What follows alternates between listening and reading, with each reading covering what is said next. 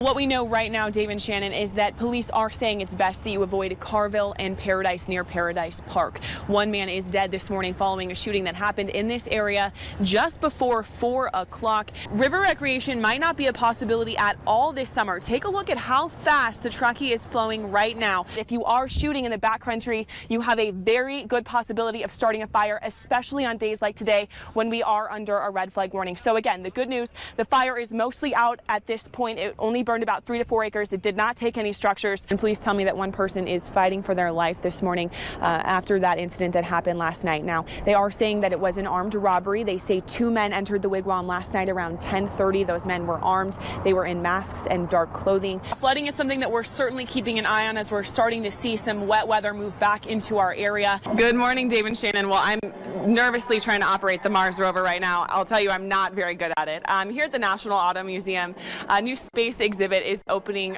very soon, June 3rd, but we're getting kind of a sneak peek right now. It's extremely hurtful and maddening to discover things are missing. It's a big headache for Midtown business owners, like Heather Lee Dixon, owner of Happy Happy Joy Joy. Shoplifting became a big enough problem for us that we had to actually invest in security cameras, which was kind of a big expense. But an expense that paid off. She's turned to social media, posting surveillance videos of shoplifters, hoping to get justice. The first time we got something stolen, the person returned it and was remorseful. More recently, 2 kids stole from her store. She was able to find them too. I got a lot of response again, and I've identified them by name.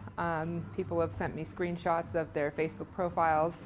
Down the street, Kendra Crosby, owner of Culture, does the same thing and has had just as much success. Every single time I post it, I always get the stuff back. Always. Every 100% of the time have gotten it all back. Business owners are taking crime into their own hands because of the already heavy workload police face. There's a lot better things that they can be doing with their time than chasing after shoplifters. I don't honestly feel like it's even feasible for local police to be able to answer every theft call in Reno, let alone Midtown. Across the street from Culture, Hello Yoga is just as vigilant. I'm known for being the Midtown cop. Jordan Clark manages the boutique and will go to great lengths to get back even small items, especially from minors. I'm gonna go ahead and try to contact your school. I will find out who your parents are, and we need to prosecute this because this is not okay. She says we're in the season for stealing. This is when everybody starts to, come out of winter, and I feel like there's this mindset where people are like, I need.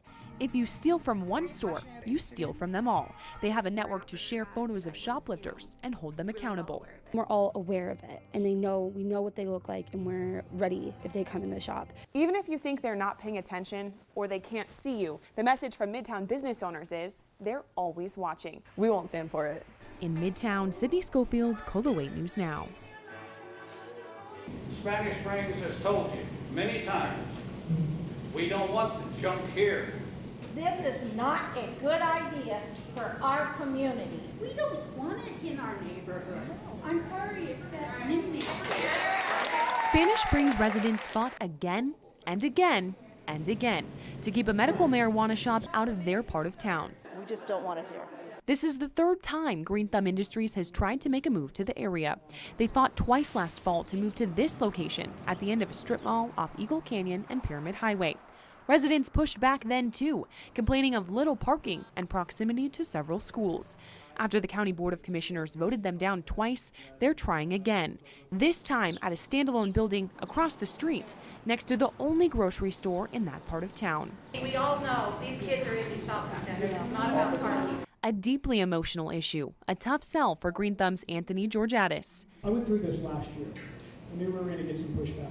But they are following the rules. Their new location meets all state regulations. It's technically far enough from schools and community centers, and Green Thumb is doing everything possible to work with the community. Unfortunately, for most in Spanish Springs, it doesn't matter what the company does. How many people are opposed to this by raising hands? The answer from Spanish Springs is no. In Spanish Springs, Sydnee Scofield, KOLO 8 News Now.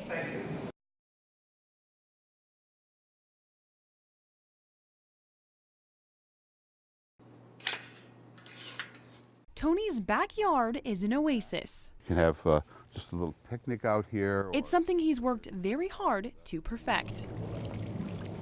I get joy and satisfaction from having the yard as it is today that you only get from a small number of things in your life.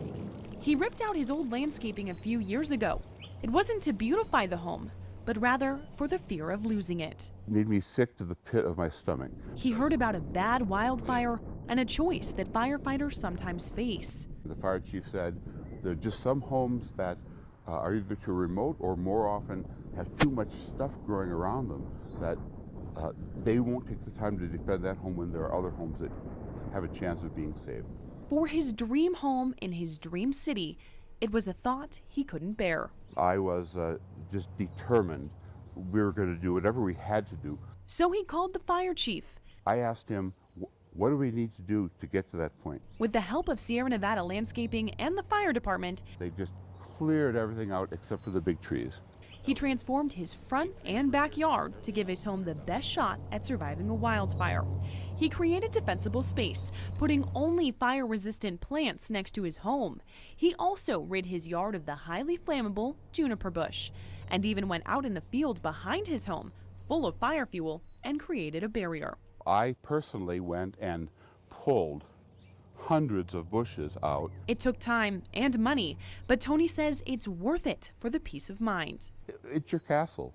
And now I have not just the home that I've always hoped for, but every time I pull up to it, I just feel great inside. In Reno, Sydnee Scofield, KOLO 8 News Now.